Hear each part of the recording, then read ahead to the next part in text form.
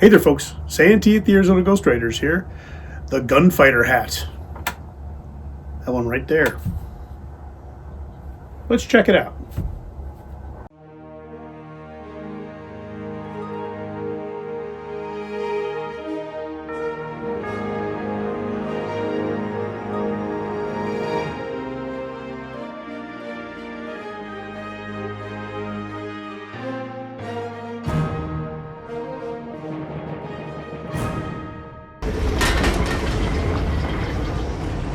Nice hat. I often get questions about the hats I wear. What style, what's it called, etc. On this channel, we've talked about hats quite a bit, but there's always something to explore. The hot months have arrived in Arizona, and I've ordered another topper to replace my straw from the year before last.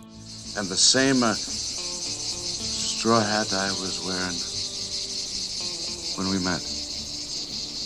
The previous hat provides great shade and is cooler to wear. However, I discovered it's not very comfortable on my head. I noticed River Junction Trade Company was making some terrific straws, so I investigated. They actually have one in my favorite style, the very style you all ask so much about. The Gunfighter Hat. I'm no gunfighter. Yeah, let's check it out. When watching movies and TV shows from the heyday of Westerns, it's pretty evident they really had a lot of hat styles. The one that stands out as being iconic has a teardrop telescope crown. You wouldn't shoot a man in the back, would you? I could, you.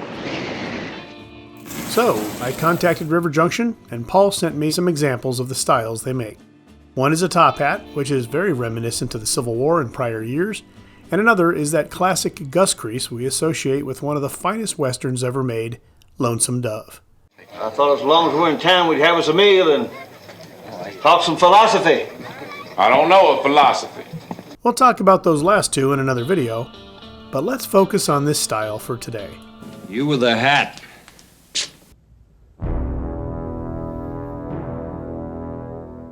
Many hats from the era originally came with what is known as an open crown. We also know this as a rounded top. That style's not for everyone, so folks would shape their hats accordingly. Punching down that crown until it touches the top of your noggin was a good start. If you wanted to clean up the look, you could crease the edges, giving you what is now referred to as a telescope crown. Repeated pinching of that front when grabbing it will give you a hint of that hat that is so reminiscent in the Western genre, taking on a teardrop appearance. Now it's a teardrop telescope crown. Boy, it's all pretty descriptive, isn't it? If it has a 3.5 inch or larger brim, you can do a couple things with it. A pencil curl is a nice touch and will keep that brim stiff. Curling it is also pretty common, although too much defeats the purpose of that provided shade. I tend to like slight drops in the front and back. Clint Eastwood's Man with No Name wore this style, and so did the Duke, Randolph Scott, James Arness, the list goes on. It's also a popular style shown in Western video games. New hat, huh? Notice all of these hat wearers I just mentioned represent gunslingers of some repute.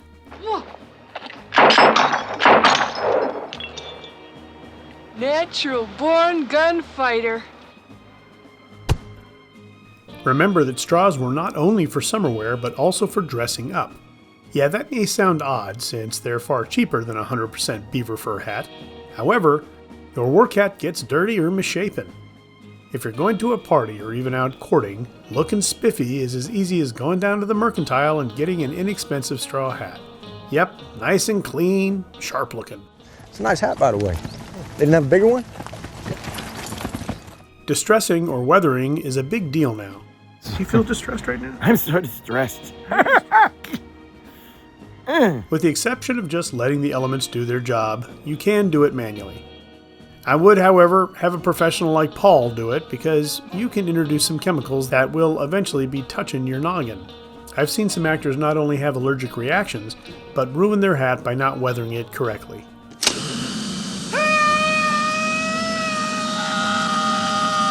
Well, I'm very pleased with this straw from River Junction Trade Company. If you're looking for something more period correct to wear during the warmer months, they have a lot to choose from in very reasonable prices.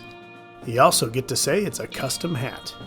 These folks are terrific, and they really understand customer service, and more importantly, they keep the Old West alive. Thanks, fellers. Well, folks, that's it for another episode. Thanks for watching. Don't forget about Patreon for $3 a month. We're laughing and learning over there as well. So come check it out. As always, please like, share, and subscribe. And we'll see you on down the trail.